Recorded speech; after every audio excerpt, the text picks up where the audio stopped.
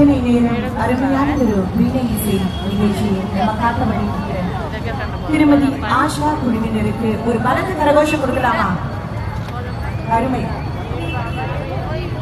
திருமதி ஆஷா குழுவினரை கௌரவிக்கும் தருணம் இது. அவர்களை கௌரவிக்க திரு பாலாஜி அவர்களையும் திரு ராமசுப்பிரமணியம் அவர்களையும் அன்றோடு மேடை கழிக்கிறோம்.